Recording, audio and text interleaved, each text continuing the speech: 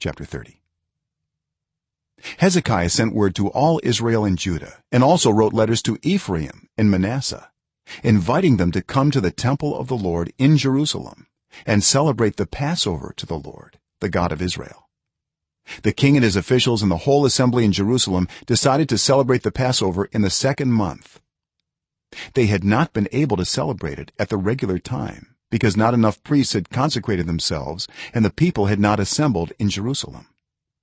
The plan seemed right both to the king and to the whole assembly. They decided to send a proclamation throughout Israel from Beersheba to Dan, calling the people to come to Jerusalem and celebrate the Passover to the Lord the God of Israel. It had not been celebrated in large numbers according to what was written. At the king's command, couriers went throughout Israel and Judah with letters from the king and from his officials which read, "People of Israel, return to the Lord the God of Abraham, Isaac, and Israel, that he may return to you who are left, who have escaped from the hand of the kings of Assyria. Do not be like your parents and your fellow Israelites who were unfaithful to the Lord the God of their ancestors, so that he made them an object of horror, as you see. Do not be stiff-necked as your ancestors were. Submit to the Lord. Come to his sanctuary, which he has consecrated forever. Serve the Lord your God so that his fierce anger will turn away from you.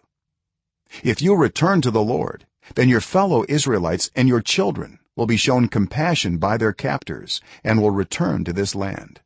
For the Lord your God is gracious and compassionate.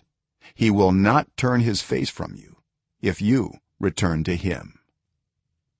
The couriers went from town to town in Ephraim and Manasseh as far as Zebulun, but people scorned and ridiculed them. Nevertheless, some from Asher, Manasseh, and Zebulun humbled themselves and went to Jerusalem. Also in Judah the hand of God was on the people to give them unity of mind, to carry out what the king and his officials had ordered, following the word of the Lord. A very large crowd of people assembled in Jerusalem to celebrate the festival of unleavened bread in the second month. They removed the altars in Jerusalem and cleared away the incense altars and threw them into the Kidron valley. They slaughtered the Passover lamb on the 14th day of the second month. The priests and Levites were ashamed and consecrated themselves and brought burnt offerings to the temple of the Lord. Then they took up their regular positions as prescribed in the law of Moses the man of God.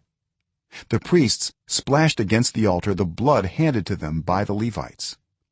Since many in the crowd had not consecrated themselves, the Levites had to kill the Passover lambs for all those who were not ceremonially clean and could not consecrate their lambs to the Lord. Although most of the many people who came from Ephraim, Manasseh, Issachar, and Zebulun had not purified themselves, yet they ate the Passover, contrary to what was written.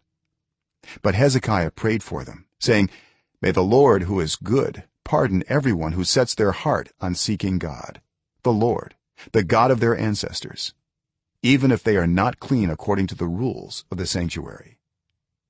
And the Lord heard Hezekiah and healed the people. The Israelites who were present in Jerusalem celebrated the festival of unleavened bread for 7 days with great rejoicing, while the Levites and priests praised the Lord every day with resounding instruments dedicated to the Lord. Hezekiah spoke encouragingly to all the Levites, who showed good understanding of the service of the Lord. For the 7 days they ate their assigned portion and offered fellowship offerings and praised the Lord the God of their ancestors. The whole assembly then agreed to celebrate the festival 7 more days, so for another 7 days they celebrated joyfully. Hezekiah king of Judah provided 1,000 bulls and 7,000 sheep and goats for the assembly, and the officials provided them with 1,000 bulls and 10,000 sheep and goats. A great number of priests consecrated themselves. The entire assembly of Judah rejoiced, along with the priests and Levites and all who had assembled from Israel, including the foreigners who had come from Israel and also those who resided in Judah. There was great joy in Jerusalem, for since the days of Solomon son of David king of Israel there had been nothing like this in Jerusalem. the priests and the levites stood to bless the people, and god heard them, for their prayer reached heaven, his holy dwelling place.